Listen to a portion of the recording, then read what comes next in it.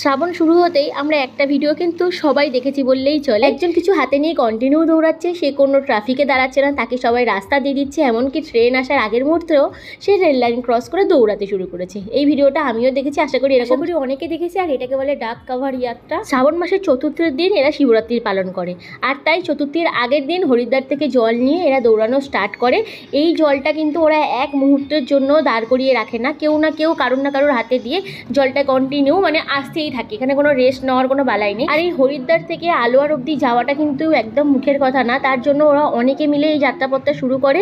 যখন কেউ বাইকে রয়েছে, কেউ হেঁটে যাচ্ছে, আর কেউ এরকম বড় গাড়ি করে যাচ্ছে, যখন যে রেস্ট নেবে বাকি অন্যরা এই জলটাকে কন্টিনিউ করবে। আর এই পুণ্যার্থীদের সেবা করার জন্য প্রায় সব দোকানদার, সব সোসাইটি থেকেই কিছু না কিছু ব্যবস্থা করেছে। জল, চা, কলা, মাজা, ফ্রুটি। যদি তোমাদের সাথে একটু এগিয়ে যেতে পারতাম তাহলে হয়তো আরও কতজন যে এরকম ব্যবস্থা করেছে শেয়ার করতে পারতাম। হাইওয়ের কাছে আমরা রয়েছি, আর সেই জন্য পুরো রাস্তাটায় ট্রাফিক রয়েছে, তাই আর যাইনি। কিন্তু এখানে যে ব্যবস্থাটা করা হয়েছে, পাক রাখার ব্যবস্থা, শোয়ার জন্য, তার সাথে কন্টিনিউ রান্না হচ্ছে, পুরি, সবজি, চা। অন্যদিন এখানে অনেকেই খাওয়া দাওয়া করে, বাঘ থাকে, বা অনেকে শোয়ার জন্য যে ব্যবস্থা থাকে সেখানে শুয়েও থাকে। কিন্তু যেহেতু কাল কাভার শিবরাত্রির, তাই আজকের ওদের সবাইকে এই যাত্রাপথ শেষ করে কালকে শিবরাত্রির জন্য তাড়াতাড়ি নিজেদের গন্তব্যস্থলে পৌঁছাতে হবে। আর এখানে যারা সবাই সেবা করছে তাদের সেবার জন্য এটা পড়ে রয়েছে। এখানে যেহেতু রাজস্থান, হরিয়ানাতে খুবই প্রচলিত, সবার বাড়িতে আছে বললেই চলে। আর একবার বলে দিই, শ্রাবণ মাসে চতুর্থীর আগের দিন বাবার ভক্তরা হরিদ্বার থেকে গঙ্গা জল নিয়ে দৌড়ানো শুরু করে। যতক্ষণ না বাবার মাথায় সেই জলটা ঢালা হচ্ছে ততক্ষণ সেই জলটা